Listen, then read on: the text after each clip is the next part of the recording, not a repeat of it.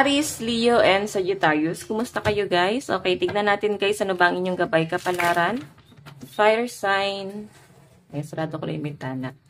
Okay, gabay kapalaran po ni fire sign.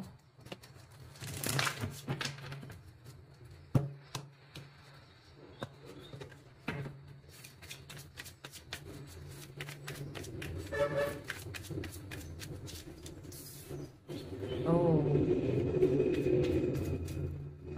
Mukhang merong malaki ang galit sa inyo, guys.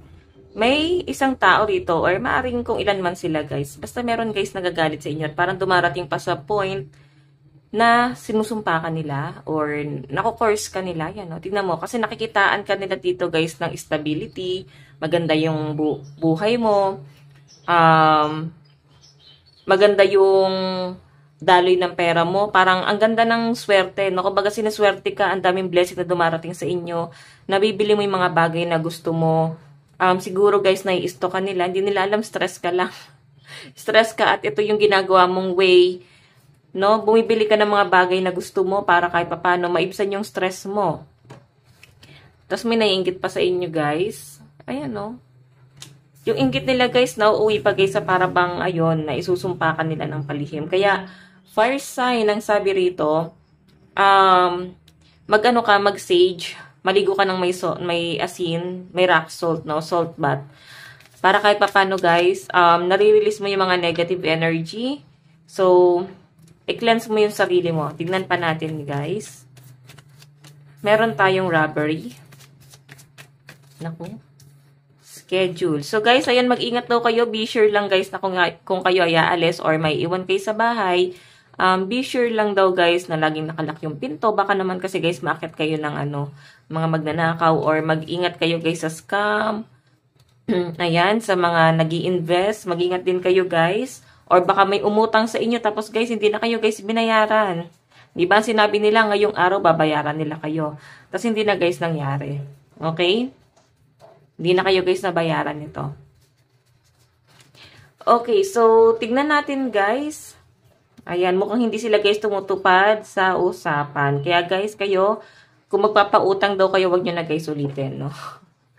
Di ba magalit sila kaysa naman ikaw yung magalit sa kanila, di ba? Ano gusto mo? Mamili ka. Mahirap kasi guys na pag ikaw yung nagalit tapos meron pa sila guys pagkakautang sa inyo. Baka masumpa ka nga guys. Baka sila pa guys yung nagko-course sa inyo. Okay? Ayusin lang natin to. Tingnan pa natin. Alam mo yung para bang ang hirap nila guys singilin. Okay. Tingnan pa natin guys.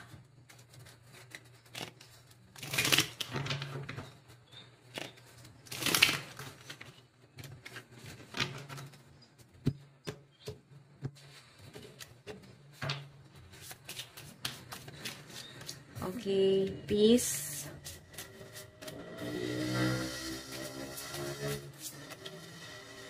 Peace, throne, and feather. Okay, so guys, ang sinasabi dito, slow down and celebrate yourself. Diba? Ibig sabihin, maaring meron nga daw pong blessing na paparating pa sa inyo guys. And sinasabi dito guys, throne, your potential is endless. And think first before you judge.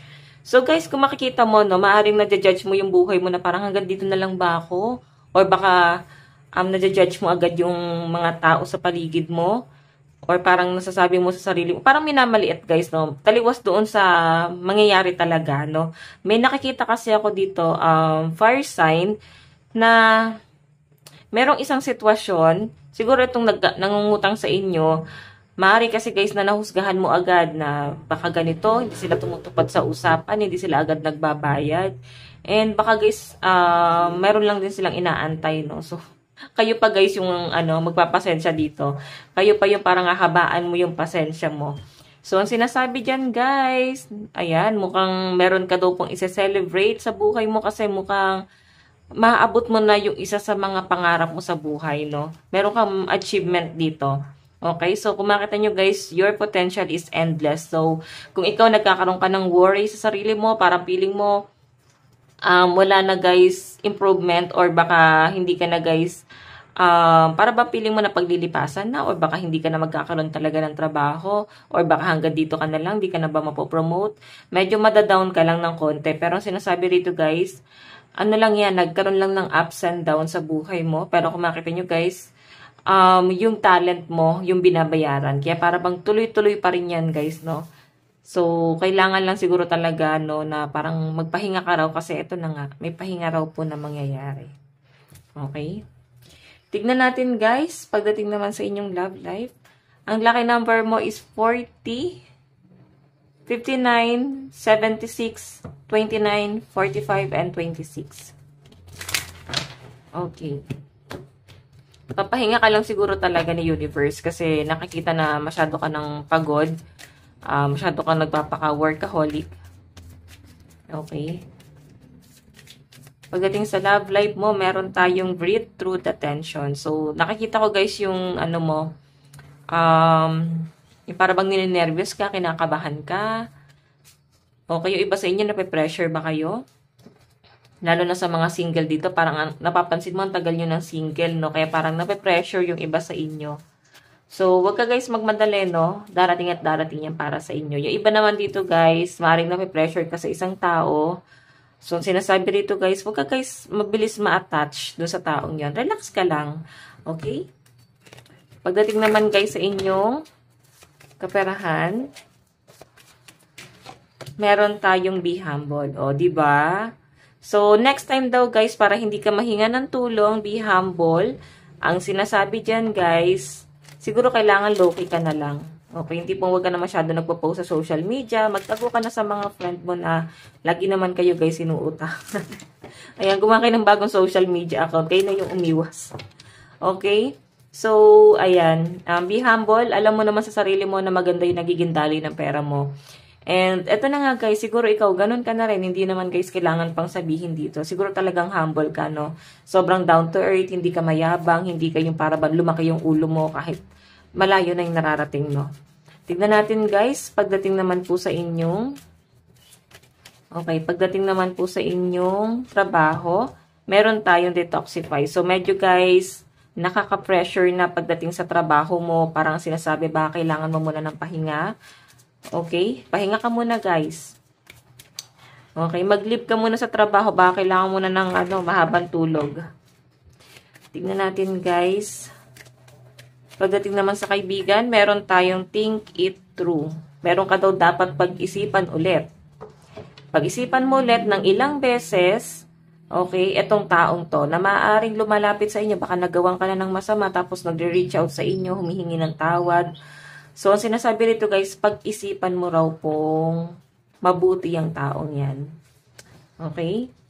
Kasi baka maulit na naman guys yung sitwasyon, tapos masasaktan ka na naman. Pagdating naman po sa family, meron tayong reveal what need to be seen. So guys, siguro merong malaking sekreto ang inyong pamilya na hindi mo na guys kaya pang pagtakpan. Siguro para bang cheating. Siguro may nag-cheat ba yung isa sa parents mo, or maaring merong malaking sekreto na tinatago mo, or meron ka tinatagong hinanakit isa sa membro ng family, pero sinasarili mo na lang yon. Okay, so guys, ayan, possible na ang kadil ng mga fire sign is Scorpio, Leo, Taurus, Gemini. Ayan. Tignan pa natin guys ang inyong love advice. Meron tayong sexuality. So, yan. Yung iba sa inyo guys, hinay-hinay. Baka naman kayo ay friends with benefits itong taong to. Okay, kaya pa siguro masyadong kinakabahan kasi first time mo lang mamimit or first time may mangyayari sa inyo, tapos wala pa kayo guys relationship na tong taong to. Okay, so pag-isipan mo mabuti yan guys. Tignan pa natin. Meron tayong be the bigger person. Your kindness is your strength. Diba? Sobrang bait nyo guys, kaya madalas naaabuso po talaga kayo. Okay? So guys, ito lang naman po ang inyong daily gabay. Bukas po ulit. God bless and love you all. Bye-bye.